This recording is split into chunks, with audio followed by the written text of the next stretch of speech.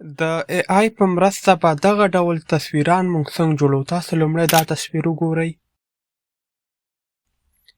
ګرانو ملګرو، همدا ډول تصویران تاسو کولی شئ بالکل په وړیا ډول د AI په مرسته جوړ کړئ. دا چې څنګه ډیزاینېږي طریقه تاسو سره پر همدې ویډیو کې ښیم، خو له هغې څخه وړاندې له ټولو ملګرو دا هیله کوو چې دې ویډیو ته یو لایک ورکړئ، که په چینل کې نوي یاستئ چینل درسره سبسکرایب کړئ، تر څو زموږ نوې هره معلوماتي ویډیو تر تاسې حتمي در ورسیږي. ګرانو ملګرو، د هغې دپاره تاسې راشئ پر خپل موبایل کې د جیمینای اپلیکیشن را ډاونلوډ کړئ. د ډاونلوډ لینک د ویډیو په ډسکرپشن کې موجود ده. دوهم، تاسو پر جیمینای کې خپل ځان دپاره اکونټ جوړ کړئ. که چیرې طریقه درته نه وي، زه نو ما ورباندې آلریډي یوه ویډیو جوړه کړې چې څرنګه کولی شو جیمینای اپلیکیشن په خپل هیواد کې وکاروو. ځکه زموږ پر هیواد کې جیمینای کار نه کوي، نو یا د ویډیو حتمي وګورئ. د یادې ویډیو د لیدلو وروسته پر خپل موبایل کې د جیمینای اپلیکیشن اوپن کړئ. دغه ډول یو صفحه ستاسو مخ ته راځي. دلته په د پلس اپشن باندې کلیک واخلئ.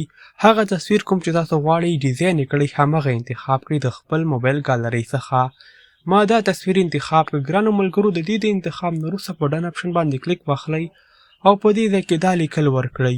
بیا په سینډ اپشن باندې کلیک واخلئ.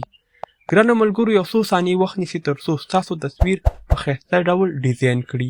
تاسو لیدلی شئ ګرانو ملګرو، زموږ تصویر جوړ او ډیزاین سو. پر همدې ډول زه غواړم یو بل تصویر خپل ځان دپاره جوړ کړم. یو ځل بیا په پلس اپشن باندې کلیک اخلو، د ګالرۍ څخه یو تصویر انتخابو.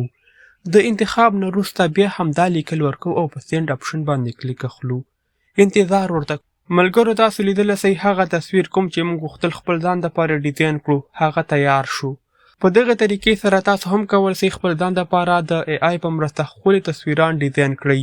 ګرانو ملګرو، دغه کوم لیکل چې ما ورکړه د همدې د ترلاسه کولو دپاره تاسو د ویډیو له ډسکرپشن څخه لیدنه وکړئ. دلته لیکل شوي پرامپټ تاسو به پر همدې باندې کلیک واخلئ او دا ترلاسه کولی شئ. ګرانو ملګرو، که چیرې غواړئ د AI په مرسته یوه بشپړه ویډیو جوړه کړئ، نو اړوند کامنټ وکړئ. که چیرې زیات کامنټس راغله، نو زه به راتلونکې ویډیو فري جوړه کړم.